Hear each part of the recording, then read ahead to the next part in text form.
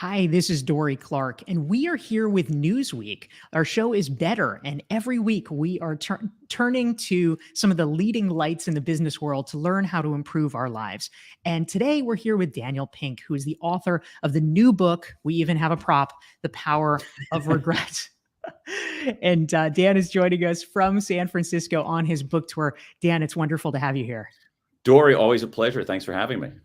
Wonderful. And thanks to everyone who's tuning in. I see comments already streaming in. If you're joining us live, please feel free to type into the chat box and let us know who you are and where you are calling in from. We're going to be taking your questions for Daniel Pink, and we want to hear what's on your mind. So, Dan, the first question that I have is, in your book, the Power of Regret, most people, of course, think of regret as a negative emotion, something that they, don't want to have, they don't want to deal with. But you are arguing that this is not a bug in the human psyche, that it's actually a feature, that there's some positive elements. Why is it that evolution seems to think that this painful, uncomfortable thing is good for us?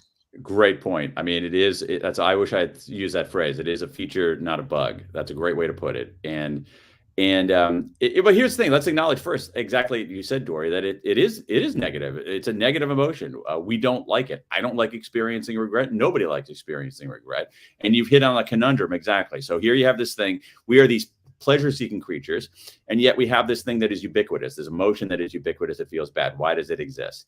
It exists because it's good for us. Because it instructs, because it clarifies if we deal with it right, which is why this philosophy of no regrets, which is so popular out there, is a bad idea.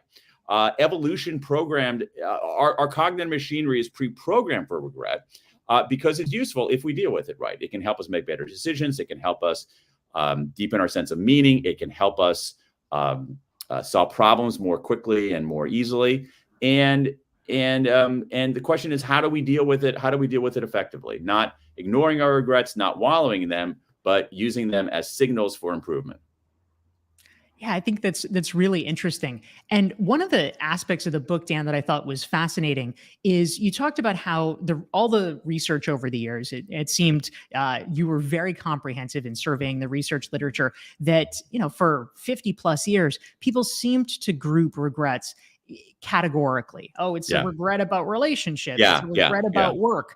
And you have discovered in the course of your analysis these four sort of underlying structures about types of regrets that actually can unveil a lot more about how humans think about regret and what they want to do, what they wish they had done. Can you talk to us briefly about what those four underlying categories are?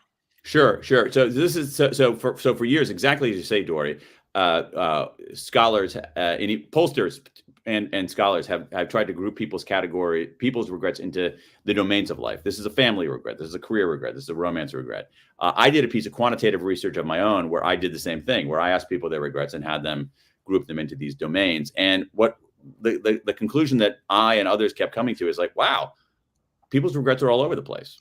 Okay. So I also did something else where I collected 16,000 regrets from people in 105 countries. And what I found is that when you actually read over these things, thousands and thousands and thousands of them, you notice something happening beneath the surface, precisely as you say. So so one regret is one of these four core regrets are what I call foundation regrets. Foundation regrets are if only I'd done the work. And these are regrets about health. Okay. Oh, I didn't take care of my body. I didn't eat right. And now I'm paying the consequences of that. But there are also regrets about finances. Oh, if only I'd saved more money, I'd been less frivolous. There are regrets about education. If only I'd worked harder in school. So it's small decisions that accumulate and then destabilize your life in the future. So that's foundation regret. Another second regret are boldness regrets. Boldness regrets are if only I'd taken the chance. And again, exactly as you say, it spans domains. So it's regret about not asking somebody out on a date. It's regret about not traveling. It's regret about not starting a business. You're at a juncture. You can play it safe. You can take the risk. You end up not taking the risk, and you regret it. So that's boldness regrets. Third category, moral regrets. If only I'd done the right thing. Pretty straightforward. You're at a juncture. You can do the right thing. You can do the wrong thing. People do the wrong thing. they regret it. Not everybody, but most of us. and the specifics there, we had in this database of 16,000 regrets, huge numbers of regrets about bullying, very sort of alarming numbers of regrets about marital infidelity. And then the final one is connection regrets, which is if only I'd reached out. And these are all about relationships, not about romantic relationships necessarily. In fact, mostly not romantic relationships, but regrets about friendships, about siblings, about parents, about other kinds of relatives. Relationship should be intact or was intact. It comes apart, usually in a drifting, undramatic way. I should really reach out. No, it's going to be really awkward if I reach out, and they're not going to care. So it drifts even further, and you regret it even more. And so these were the 4 things that came up over and over and over again, interestingly, around the world. Yeah, that's a really interesting insight that gets a little deeper into the core of what we're experiencing. So thank you for sharing that, Dan. We're here with Daniel Pink. He's the author of the new book, The Power of Regret. And if you want to learn more about Dan and this book and his previous books, go to danpink.com. Yes. And there's the book right there. We also wanted to take a moment to say hi to some of the great folks who are tuning in from around the world. Thanks for joining us on the live stream. We have Ahmed from Switzerland, Raul from Delaware, Becky's here from Georgia, Kristen from Dallas. We've got Robert here from California and Robin in Toronto. Darcy's here in Florida, Todd from New York. We've got Cheryl in Minnesota, Harsha from London, Christopher from Massachusetts, Tanya from Sacramento, Michelle from California, Lynn from Washington, and many more. We're so glad to have you. Wow, and please cool. feel free. Yeah, so many, right? Yeah. Well, just from all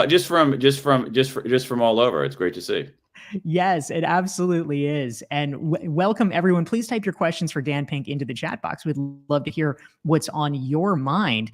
And Dan, as folks are doing that, one of the things that I was curious about.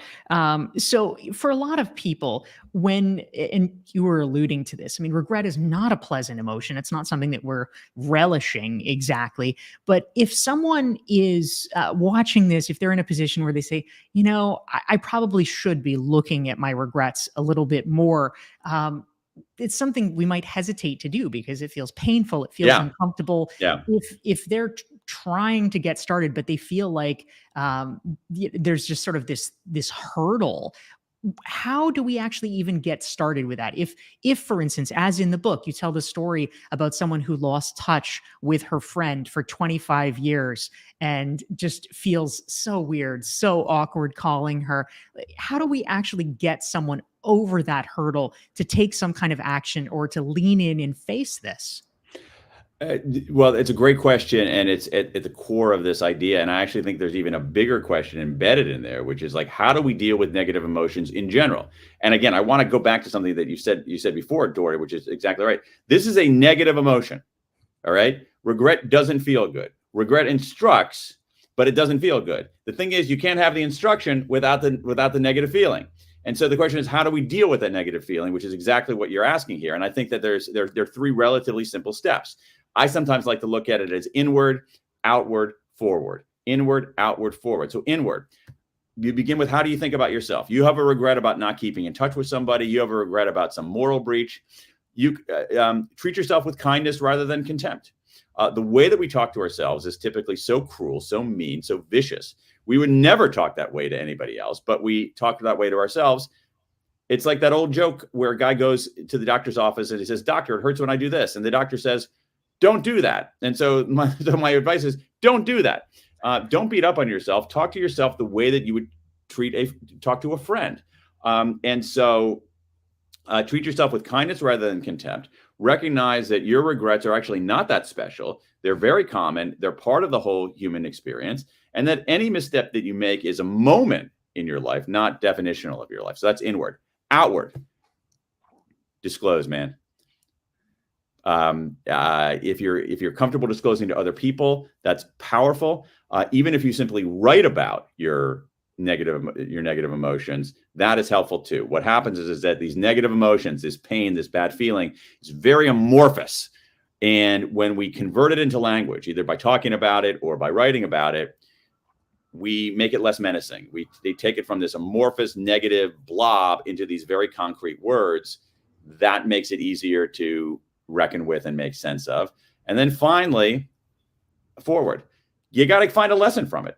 And the way we do that is we tend to be terrible at solving our own problems, and pretty good at solving other people's problems. So what you have to do is, in a sense, convert yourself into somebody else. And so you can do it by goofy things like talking to yourself in the third person. So if you're trying to figure out what the lesson is you learned from one of your regrets, Dorie, you don't say, what should I do? You say, what should Dorie do? There's some other kinds of really interesting things like time travel, which I think is really useful with regret, is saying, okay, I'm going to place a phone call to the Dorie of 2027. What does Dorie 2027 want Dorie of 2022 to do right now? And that's often very clear. My favorite decision-making tool of any kind, when you're at a decision point and you're not sure what to do, is ask yourself, what would you tell your best friend to do? And when people do that, they always know. And so what you do, treat yourself with kindness rather than contempt, with self-compassion. Disclose it and make sense of it by converting it to language, and then take a step back and extract a lesson from it. And if we do that, it's not that hard. It's not that complicated. We end up being better, and and here's the thing. It's like, we can ignore our negative emotions, but that's not going to work forever. So when we ignore our negative emotions and they pile up and they finally break down the door, we get completely hobbled by them. And if we just have a way of saying, I have a systematic way of dealing with negative emotions, particularly our most common negative emotion, regret, it's really, really helpful to us.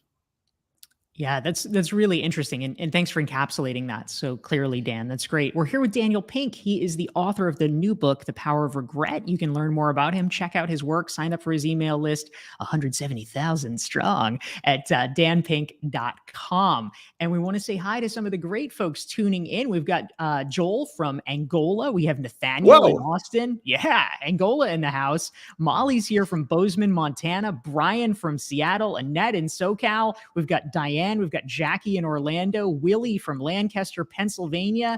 We've got Peterborough, UK, Japar from Zurich, and many more. Oh, wait. And how can we forget Vashmi Jahan from Baku? So glad to have all of you. Now, Dan, we had a question come in that I didn't realize you had such a continent. Like, well, we have every continent on here except for Antarctica. Where are the Dorie Clark Antarctica fans? It's true. It's vastly underrepresented. So if Antarctica's in the house, I heard that you were huge in Antarctica. I'm sorry to let you down. Yeah. Next time we'll get it going. But in the meantime, we have an awesome question from Constance, our fellow author. I believe you actually maybe even blurbed one of her books, if I recall correctly. Constance. Oh, hey, Constance. She wants to know, how did you come to be curious about this? You often, Dan, have picked really interesting topics. You had Drive, which was about the science of motivation. You had To Sell is Human, about selling. Free Agent Nation, which was an early book about some of the trends we're experiencing in the workplace today. How did regret come to be your topic? Well, part of it was I was dealing with, sort of reckoning with regrets on my own, Constance. And again, not to sound like an old man here, but I don't know if I would have written this book in my 30s. I don't think I had enough mileage on me. In my 50s, it felt somewhat inevitable because I had mileage behind me, I had mileage ahead of me, and I was reckoning with it. And the other thing that I found, and I think, Constance and Dorie, as writers yourself, is that when I started thinking about this and was sort of catalyzed by one of my kids' college graduations, I began thinking about my own regrets, and I just ended up talking about them with other people. And I found that people, in contrast to this idea, like, oh my God, don't ever talk about regret, no regrets, that people, when I raised the topic of regret, people leaned in. And again, I want to emphasize, I don't mean that metaphorically. I mean, like, they would say, really, that's so interesting. You know what I mean? And that's a really great reaction. Like, you don't get that reaction with everything. And so, this, Dorie, every once in a while, there's an idea that sort of takes hold and you're like, I got to figure this out. And so it was really just, I was snagged by the curiosity of figuring out this emotion. And then the more I dug, the more I became convinced that we'd totally gotten it wrong. Or to put an even finer point on it, that we'd been sold a bill of goods in the form of the no regrets philosophy. Yeah. Thank you, Dan. That's great. Dan Pink, author of The Power of Regret. Check out his work at danpink.com. And if you want to make sure that you never miss one of our weekly Newsweek sessions, it's every Thursday at 12 p.m. Eastern, 9 Pacific. You can go to dorieclark.com. You can sign up for the email list and get a self-assessment there, and you'll get reminders about these conversations. If you're enjoying this, hit the like and share button so your friends can benefit as well. And Dan, a great question came in from Todd, a personal one. He is alluding to the fact you're saying, okay, I couldn't have written this book in my 30s, but in my 50s, I now have the perspective that you said you have some regrets. Todd is curious if you can talk a little bit more about them. He's putting me on the hot seat as well. That's cool. Can you give us an example? I got all kinds of them. I'll give you one. I'll give you one that really bugs me, Todd. In Dorie is kindness regrets. In this database of 16,000 regrets that I have a huge number of regrets about bullying. And when I look back on my own life, I was actually never a bully. I don't think I've ever, at least I have no conscious memory of ever bullying anybody at any point in my entire life. But there were many circumstances in my life as a younger person, both sort of elementary school, junior high, high school, college, as a younger person in the workforce, where I saw people being mistreated. I saw people being left out. I saw people being excluded. And I knew that was happening. And I knew that it was wrong. And I didn't do a damn thing. I didn't speak up. I didn't step in, and that bugs me. It bugs me even a little talking about it right now.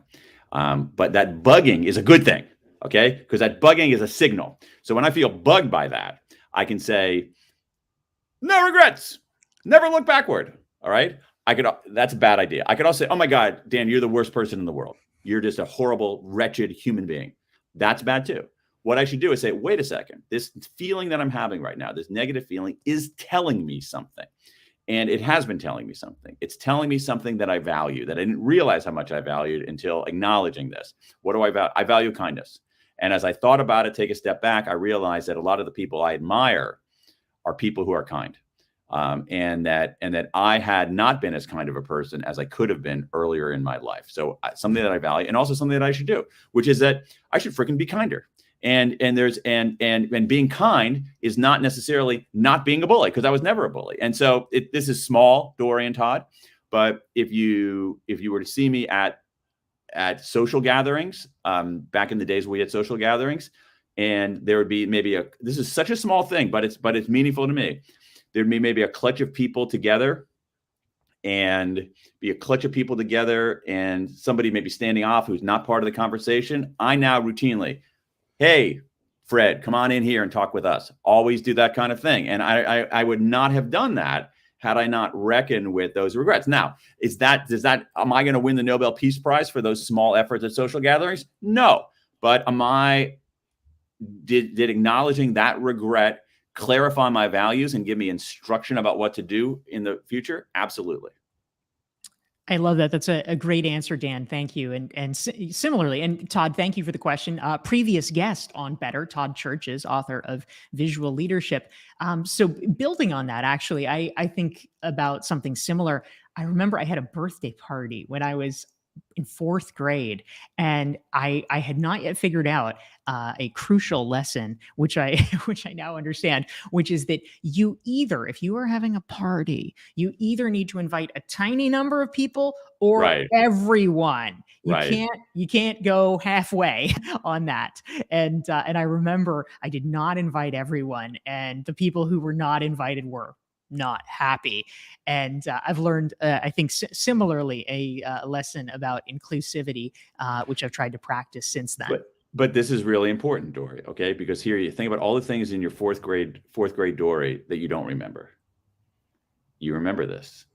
That's telling you something. It's a signal. It's a signal about your values, and it's instruction about what adult Dorie should be doing, which is inviting me to your parties. Exactly. You get invited every time, Dan. It's you're always welcome. Yes, Dan Pink. author of The Power of Regret. And we want to say hi to the great folks who are tuning in here. We have people from around the world. Scott is here from Baltimore. Our past guest, Damon Brown, author Damon Brown, is tuning in to join us. We have Ludmilla from Southern California, Tevin from Scotland. We have Riley from West Palm Beach, Joanne from Vancouver. We have Christian from Colombia, Bonita from St. Louis, Sean from Nevada, Kathy from Houston. We've got Lisa in New York and Laura from London. Really glad to have all of you guys here. So, Dan, I want to pause for a moment to go back to one of your previous books. Now, 20 plus years ago, you wrote a book called Free Agent Nation. And I feel like I would be remiss if I did not return to this briefly, because we're now in the throes of the so-called Great Resignation. We've had literally tens of millions of Americans over the course of the past year leaving their jobs, many of them striking out on their own or, trading up to different and better things. I'm curious, I'd just love to get your perspective as an author that very early on called that trend. What do you make of the situation? And do you think that this is a temporary blip caused by the pandemic? Do you think that this is evocative of a lasting change? Or how are you making sense of this phenomenon? I'm not sure.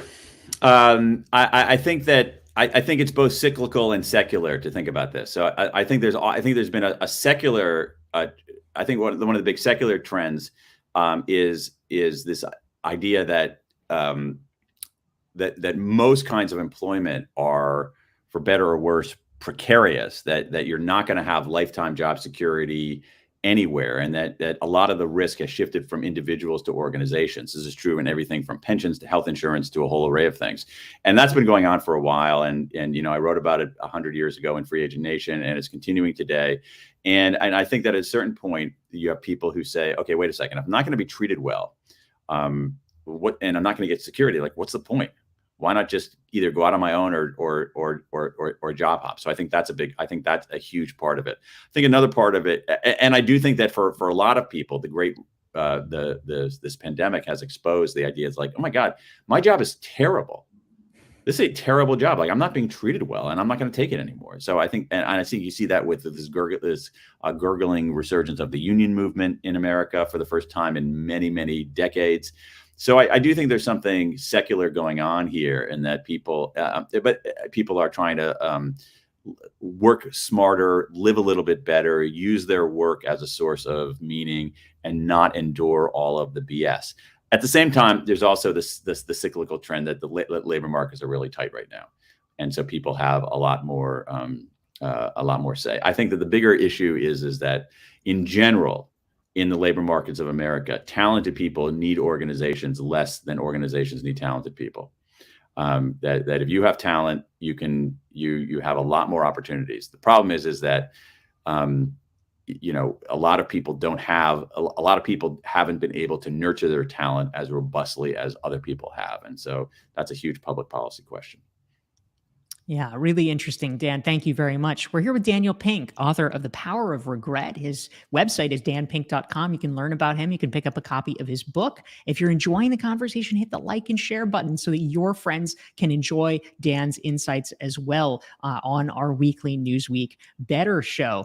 Dan, a question that came in from one LinkedIn user that I think is interesting, probably on a lot of people's minds because these emotions seem to often be correlated. They want to know how does guilt correlate to regret? By dealing with that negative emotion, do we lessen it? How do those two emotions kind of work together? Yeah, it's a super interesting question. In my view, guilt is a component of regret. So guilt is, when I talk about these four core regrets, these moral regrets, guilt is a component typically of these moral regrets. What's interesting about guilt is that guilt is not always, but it's often the result of an action. All right, I hurt somebody, I wronged somebody, I cheated, I lied. All right, so it's often, not always, the result of an action. The majority of people's regrets are inactions. So it's harder to have, it's harder, not impossible to have a regret about an inaction. So I look at guilt as a subset of regret, particularly when it comes to moral actions. And the thing about guilt is that we have mechanisms to deal with that in some ways. So if I've hurt somebody, I can apologize. If I've stolen from somebody, I can make amends. There are ways to undo. With action regrets, we can undo them. We can make restitution. We can take action to make the other side whole. With inaction regrets, we don't have those options, which is why inaction regrets linger for so long. Yeah, that's such a good observation. It's true. It's kind of creating this open loop that can't be resolved in some way. Right, exactly. That's exactly what it is with inaction regrets. The question of what if lingers. It's exactly right. So with certain kinds of action regrets, you can close the door. So for instance, I have a lot of people in this book, as you know, Dorie, who went out and got themselves tattoos that say no regrets. But then I have a guy who went and got a tattoo that's on his left arm, because that was he was in the military, he was in the army, and that's the arm he would see when he was shooting his rifle. He got a tattoo that said no regrets on his left arm. And then 14 years later, he regretted that and had his tattoo removed. So you can undo certain kinds of regrets.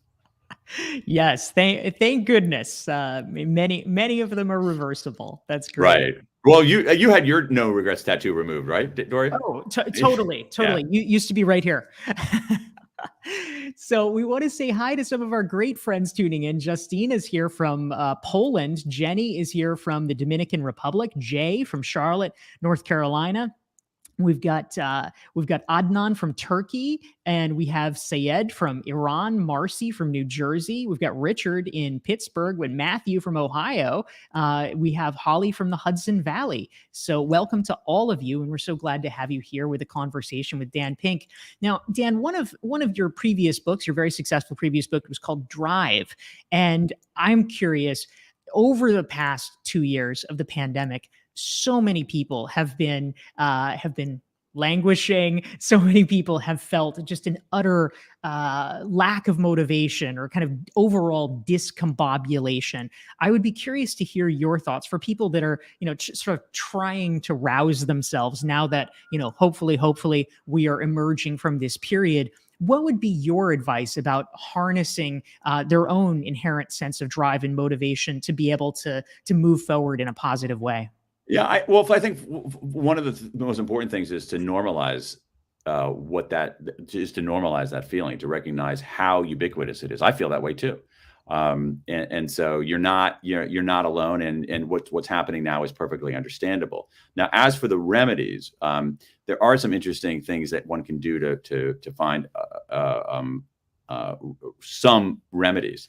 And my read of the research is that two of the things that are most important are developing things that are so engaging they put you into a flow experience. A flow experience is when the challenge is so exquisitely matched to the task that you lose a sense of time, you lose a sense of self, you're really into it. So find things, if you can, in your life, in your work, where you're experiencing that state of flow. You're not going to be in that state of flow all the time, but those moments of the state of flow, in that state of flow, will actually sustain you during those moments when you are feeling lesser and more painful emotions. That's one thing. The second thing is doing things that have a purpose.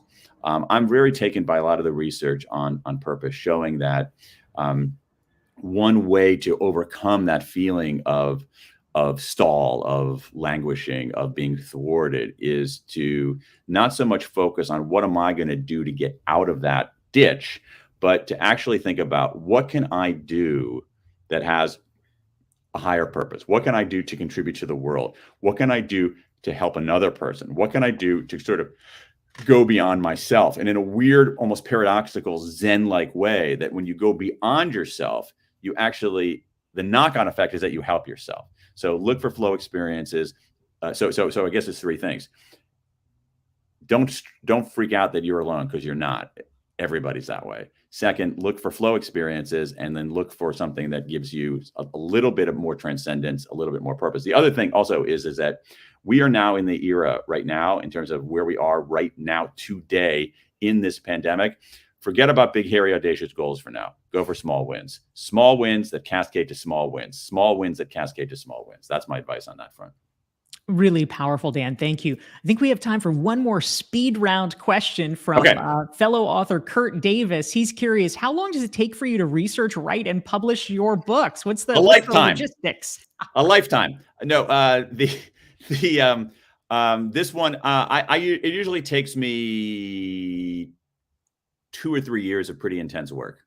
I often will stop doing other things, and because I'm a terrible multitasker, so I will, stop doing anything else and devote myself fully to researching and writing. It takes me a long time. I'm pretty slow and methodical in how I do these things. So I'm a tortoise, definitely a tortoise, not a hare. I am also a really terrible multitasker. So what I do is I just, for 2 or 3 years, just tortoise my way to the office every morning, do a little work, often very little, but sort of get some small wins, make a little progress, show up the next day. I look at writing as, I have a very sort of blue collar approach to writing, which is that I'm a bricklayer. So I show up in the office every morning and I try to lay a couple of bricks, and then I come back the next day and try to lay a couple of bricks, and come back the next day and try to lay a couple of bricks. But Dan, you're building a cathedral. No, I'm just building a wall. I just want it to stand up. I'm not doing anything more exalted than that. But the thing is, if you do that over time, every single day, if you just freaking show up, eventually they begin to form something. That is awesome. Daniel Pink, thank you so much. I think we've got a great summary here. Aiko is tuning in from Silicon Valley. She says, regret is an opportunity to make things right. Well said. We've been here with Daniel Pink. He's the author of The Power of Regret. You can learn more about him at danpink.com. Thank you all for tuning in. And Daniel Pink, thanks for joining us. Dorie Clark, thanks for having me. I've really enjoyed it. And thanks to your fans all over the world for tuning in. Thank you. And make sure you hit the like button and share for Dorie. Do it right now, everybody. Love it. Thank you and take care.